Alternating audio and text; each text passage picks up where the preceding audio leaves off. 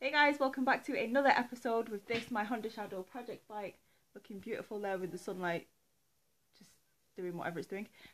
Today we're going to do some wiring. Yeah, it's time for wiring.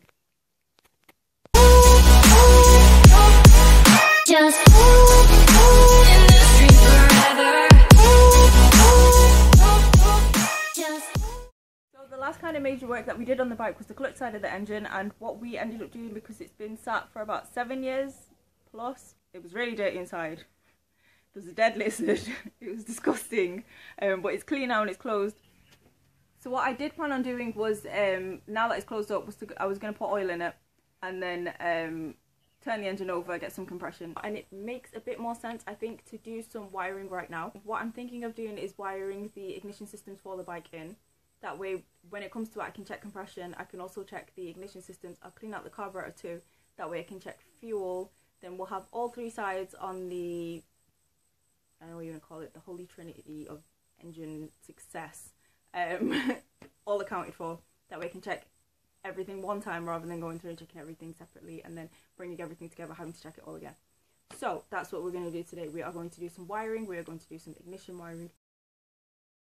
So it'll probably be best to go through and have a look at what we're going to need for the two wiring systems that we want to wiring now, which are the ignition and the starter systems.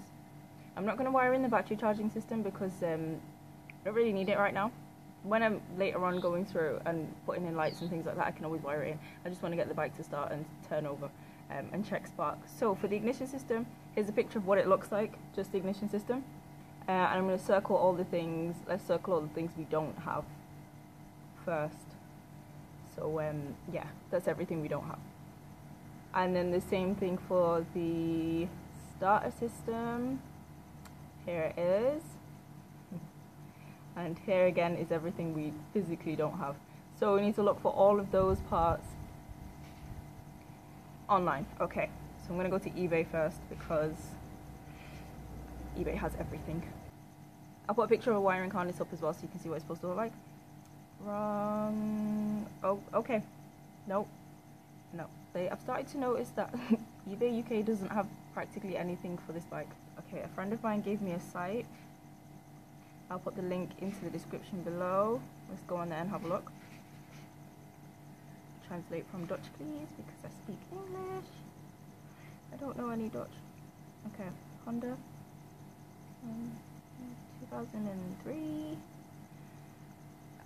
Is that all the models that they've got in? Oh, okay. They have nothing in for Shadow. Thanks anyway, David. It was a big help. Where else can we look? Let's just write it into Google and see what comes up. There's a picture of the harness as well, and all the parts are labelled. Oh, when you buy the harness, all you're buying is the wires. Why did I not know that? Why did I think that it would come as a full set? That's okay. Oh, plus postage. Oh, plus VAT. Oh, yeah, okay, that's pretty expensive. I have half of the wiring harness. It's just a lot of the wires are cut. I can solder more wires on, so I saved that money for something else. But let's look for the individual parts. Okay, so ICM ignition control module has been brought. I brought that right at the beginning. That is in the shipping. That should be here 2 weeks from now? 2 weeks? Maximum 2 weeks because it should be here by now. Need a rear ignition coil. Let's have a look for one of those, shall we? And also the front ignition coil, one of the sides is cut off. Like one of the spark plug sides is cut off, so I could buy another one of those. I could just get a set.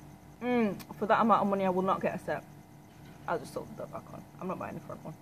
Depending on how much this comes to. I want to keep the kind of... do I want to do it OEM? It'd be nice to do it OEM, but then I'm also thinking that generally speaking, I'm not going to... I mean, like the bolts as well. They are Honda bolts, but they're not, like for the clutch case, they are Honda bolts, but they're not OEM to the bike. Like they're not VLX bolts. My kind of plans for the bike are more custom. Do we need to buy OEM parts? The CDI, yeah, ICM. Obviously, it needs to be Honda specific. The voltage regulator rectifier, does that need to be Honda specific? Let's try and see. We have a few in the garage. I know Dad's definitely got at least 5 or 6 of them. There's one. Yeah, okay. you know what I think I'm probably going to do? Because realistically I only need, what do I need? I need the starter solenoid. I don't know if mine works. I should have tested it. But let's say I do need to buy it just so I can see. A fuse box. Do you know what I'm going to do? Because it's gonna be quite a bit of money. And the thing is though, because of shipping, I'm going to have to buy everything that I can. And my address in England to ship it to there. So then it'll get shipped to the UK. Then from there, family and friends will ship it out here. So it's double shipping. Twice the shipping cost. I don't really want to be waiting for shipping either. That's kind of a last case scenario, to go and buy all these things online and then have them shipped over if I can't find the parts here.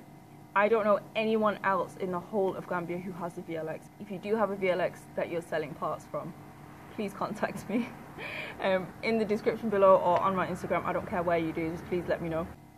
Buying parts in Gambia is a bit different.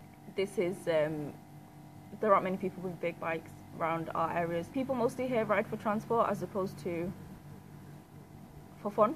So it's a lot of the smaller bikes, a lot of the Chinese bikes that obviously I don't need those parts. But I do have a friend who's a mechanic and I can ask him and whatever he can find he will let me know. Plus he speaks the language and they call a lot of the parts really different names.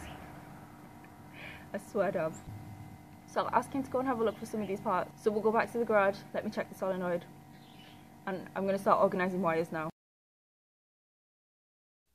So I've got my wiring diagram, and to start off with we're just trying to trace any wires that connect to the ICM, the CDI.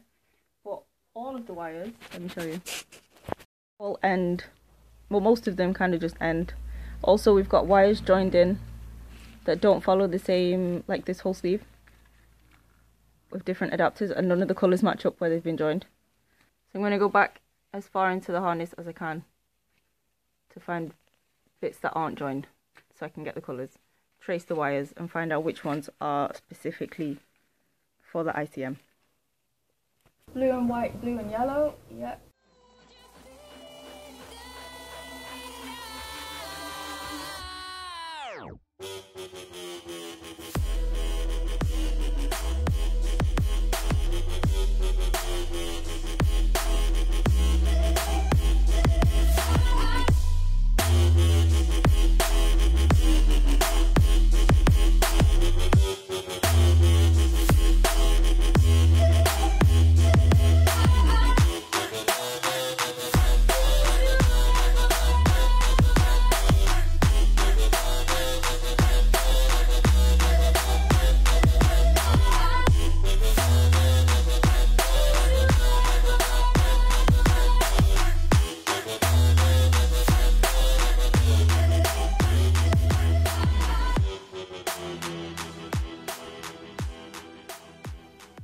These should now go into,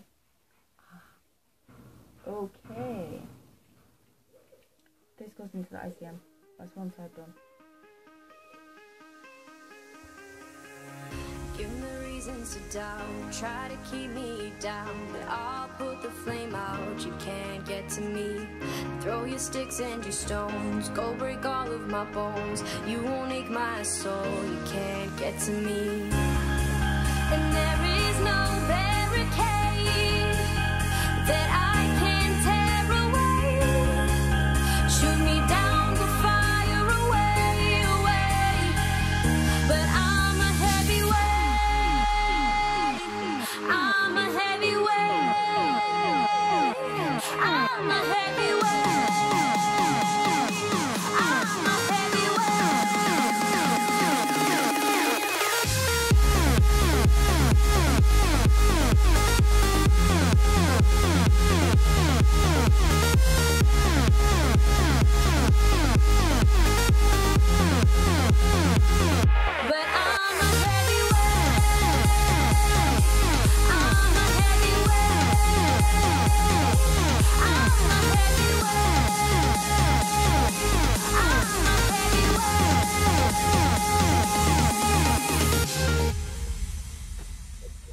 Push me down to the ground. What goes around comes around. You won't. Okay, now, you know what? I'm gonna call it now. I found so far half of the wires that go into the CDI, the IGM, the whatever you want to call it. And I'm pretty sure this one has something to do with it, but it converges into 4 different wires. And The diagram that I've got only shows like the starter diagram, only shows the things for the starter. So it's kind of difficult because it doesn't show how it links into other systems and whatever. It's all just kind of the separate versions of it, the condensed versions of each system. But I think I need the full wiring diagram. Definitely need the full wiring diagram so I can see which wires are kind of associated with each other, because it's a bit confusing at the moment. So I guess that's it for this video. I kind of feel like I haven't really done anything. I mean, I did something. I'm going to try and see what other parts from the list that we need that I can get for next week. Go around, ask mechanics and stuff what parts I can get within the next few weeks, hopefully, rather than buying online. Anything I can't find, I'll definitely have to go online and buy and get it shipped in.